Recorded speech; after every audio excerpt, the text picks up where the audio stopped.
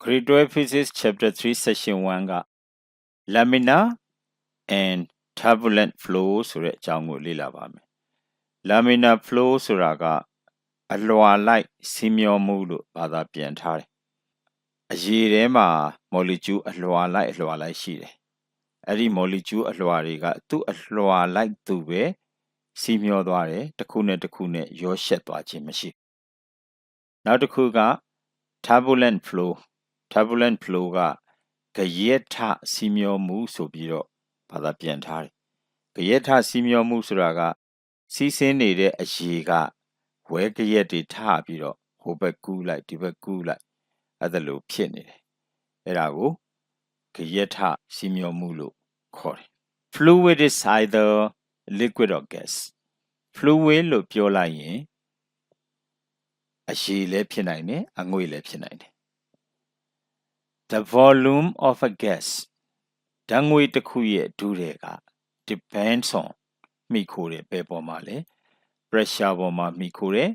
and temperature ပေါ်မှာမိခိုတယ်သူတို့ရဲ့မိခိုမှုကသက်ဆိုင်ရာ law တွေပေါ်မှာအခြေခံတယ်ဘာ laws နဲ့ဘာ laws လဲဆိုတော့ Boyle's law နဲ့ Charles laws Boyle's law ကဘာပြောထားသလဲဆိုတော့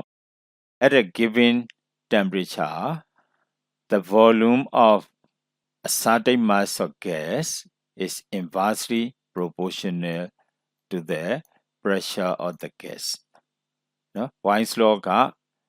သတ်မှတ်ထားတဲ့အပူချိန်တစ်ခုမှာသတ်မှတ်ထားတဲ့ဓာတ်ထုရှိတဲ့ဓာတ်ငွေ့တစ်ခုရဲ့ဒုရည်သည်အဲ့ဒီဓာတ်ငွေ့ကိုဖိထားတဲ့ဖိအားနဲ့ပြောင်းပြန်ချိုးတူတယ်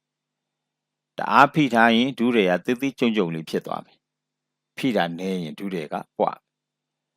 ဘာနဲ့ constant ဖြစ်ထားသလဲ temperature နဲ့ mass နဲ့ constant ဖြစ်ထားတယ် volume က pressure ပေါ်မှာမှီခိုတယ် Charles law ကဘာပြောထားသလဲဆိုတော့သူကတော့ Charles law ကဘာပြောထားသလဲ at a certain pressure သူက pressure ကို constant the volume of a certain mass of gas is directly proportional to the temperature of the gas pressure ကိုကိန်းသိထားမယ်mass ကလည်းမပြောင်းဘူးဆိုရင်ဓာတ်ငွေတစ်ခုရဲ့ဒုရည်သည်အပူချိန်နဲ့တိုက်ရိုက်ချိုးတူတယ်အပူချိန်နည်းရင်ဒုရည်နည်းနည်းပဲရှိမယ်အပူချိန်များရင်ဒုရည်များမယ်အဲ့ဒီအပူချိန်ကပကတိအပူချိန် absolute temperature ဖြစ်ရ The volume of a liquid does not depend on pressure အရေကကြတော့ pressure ပေါ်မှာမမူတည်ဘူး if the temperature is constant ဒါပေမဲ့ temperature ကိန်းသိဖြစ်ရ temperature သာမပြောင်းဘူးဆိုရင်အရေရဲ့ဒုရည်သည် pressure ပေါ်မှာမူတည်ပြီးမပြောင်းလေ pressure ပြောင်းကျင်တဲ့လောက်ပြောင်းသူရဲ့ဒုရည်ကမပြောင်း The liquid is incompressible အရေကိုဖိညှစ်လို့မရဘူးဆိုလိုချင်တာကအရေကိုဒုရည်ပြောင်းအောင်လုပ်လို့မရဘူးဒုရည်မပြောင်းဘူး mass ကလည်းပြောင်းလို့မရဘူးဆိုရင် density ကလည်းမပြောင်းတော့ဘူးပေါ့ rho is equal to m over v ငကိုတွေက mass က constant ပြောင်းလို့မရဘူးဒုရည်ကလည်းပြောင်းလို့မရဘူးဆိုရင် density ကလည်းပြောင်းလို့မရတော့ density of liquid is constant liquid ရဲ့ density က constant ဖြစ်တယ် for any pressure provided that the temperature is kept constant temperature သာမပြောင်းဘူးဆိုရင်ဘယ် pressure အတွက်ပဲဖြစ်ဖြစ်ဒီအရေရဲ့ density ကပြောင်းလဲမှုမရှိဘူး temperature ပြောင်းသွားရင် density ပြောင်းနိုင်သလားပြောင်းနိုင်တာပေါ့ grade 11မှာတွေ့ခဲ့တယ်လေရေရဲ့ density က4 degree Celsius မှာအများဆုံးကျန်တဲ့အပူချိန်တွေမှာဆိုရင်လျော့နေအဲ့တော့အပူချိန်ကိုလိုက်ပြီးတော့ရေရဲ့ density ပြောင်းလဲတာမျိုးတွေရှိ Density of liquid is constant for any pressure provided that the temperature is kept constant temperature ကိန်းသိဖြစ်မှာ In the flow of fluids အရေတွေအငွေ့တွေစီးမျောတဲ့အခါမှာ the path of the flow of the fluid particles အဲ့ဒီအရေထဲမှာရှိတဲ့အရေ molecule လေးတွေအငွေ့ထဲမှာရှိတဲ့အငွေ့ molecule လေးတွေ particle လေးတွေရွေ့ရှားနေတဲ့လမ်းကြောင်းကို the path of the flow of the fluid ကို streamline လို့ခေါ်တယ်ဒါလေးတွေကဒါ streamline နော် streamline လို့ခေါ်တယ် motion of fluids can be classified by two types အရေတွေရဲ့စီးမျောမှုအငွေ့တွေရဲ့စီးမျောမှုကို နှစ်မျိုးခွဲလို့ရတယ် laminar flow အလွှာလိုက်စီမျောမှုရဲ့ turbulent flow ဂယက်ထစီမျောမှုရဲ့ if တကယ်လို့ fluid particles အရေသို့မဟုတ်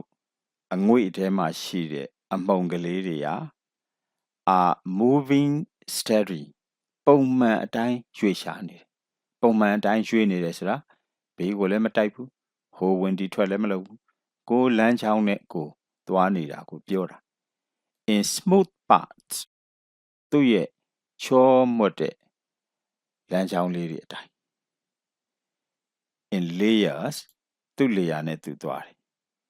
with each layer moving smoothly past the adjacent layers layer တစ်ခုစီတစ်ခုစီကဘေးနားက layer တွေနဲ့သူ့ဟာသူ့လမ်းချောင်းအတိုင်းချောချောမွေ့မွေ့လေးစီးဆင်းနေမယ် with no missing တစ်ခုနဲ့တစ်ခုနဲ့သွားပြီးတော့မရောရှုပ်သွားဘူး such a flow is called a laminar flow အဲ့ဒါကို laminar flow လို့ခေါ်တယ်မီတာ400ကွင်းပတ်ပြေးပွဲတစ်ခုမှာအပြေးသမားတွေကကိုလမ်းချောင်းနဲ့ကိုပဲပြေးရတယ်ပုံမှန်အတိုင်းပဲပြေးသူများပတ်လန်းနဲ့ဝင်တာထွက်တာနောက်ပြန်လှည့်တာအဲ့ဒါမျိုးမရှိဘူးအဲ့လိုပုံစံမျိုးကိုလမ်းနဲ့ကိုသွားနေတယ်ဆိုရင် laminar flow လို့ခေါ်တယ်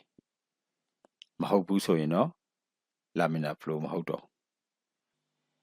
in this steady laminar flow အဲ့ဒီ laminar flow မှာ streamlines do not cross each other streamline တွေတစ်ခုနဲ့တစ်ခုနဲ့မဖြတ်သွားဘူး and every fluid particles arriving at a given point အမှတ်တနေရာကိုရောက်လာတဲ့ particle တိုင်းသည် has the same velocity to up turbulent flow ဂယက်ထစီမျောမှု if the flow or path of the fluid particles အရေသို့မဟုတ်အငွေ့ထဲမှာပါတဲ့ particle လေးတွေရဲ့စီမျောမှုသို့မဟုတ်သူတို့ရဲ့လမ်းကြောင်းက are irregular ပုံမှန်မဟုတ်ဘူး their direction is always changing သူတို့ရဲ့ direction ကအမြဲတမ်းပြောင်းနေတယ် or whirling ဒီလိုမျိုးကွေ့ဝိုက်တာတွေလည်းရှိနေမယ် this fluid movement is called turbulent flow အဲ့ဒါလို့အငွေ့တွေအရေတွေရဲ့စီမျောမှုကိုဂယက်ထစီမျောမှုလို့ခေါ်တယ်ဝဲဂယက်လို့ဖြစ်နေတာ in turbulent flow ဂယက်ထစီမျောမှုမှာ the speed of the fluid at a point အမှတ်တနေရာမှာရှိတဲ့အမှုန်တွေရဲ့အမြန်နှုန်းသို့မဟုတ် speed သည်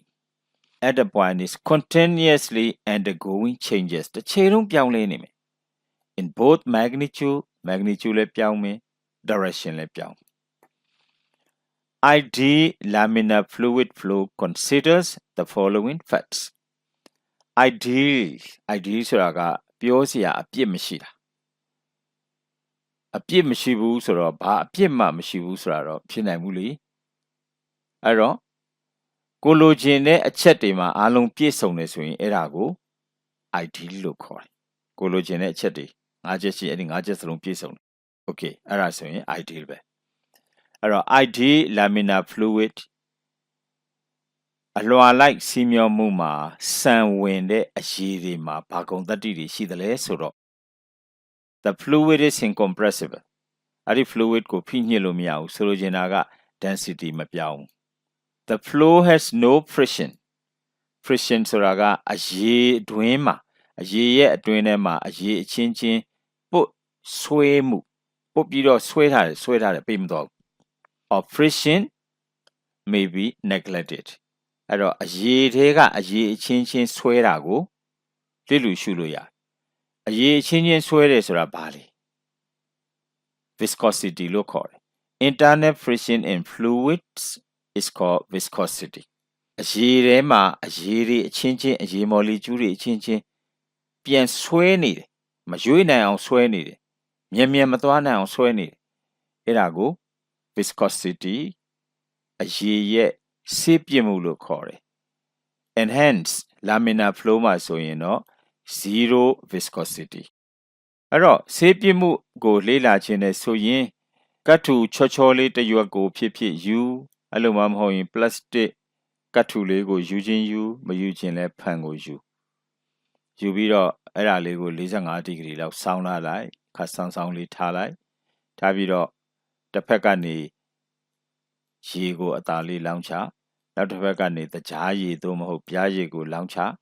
ဘသူကမြန်အောက်ဆင်းသွားတယ်လေအဲ့ဒီကောင်က viscosity နည်းတယ်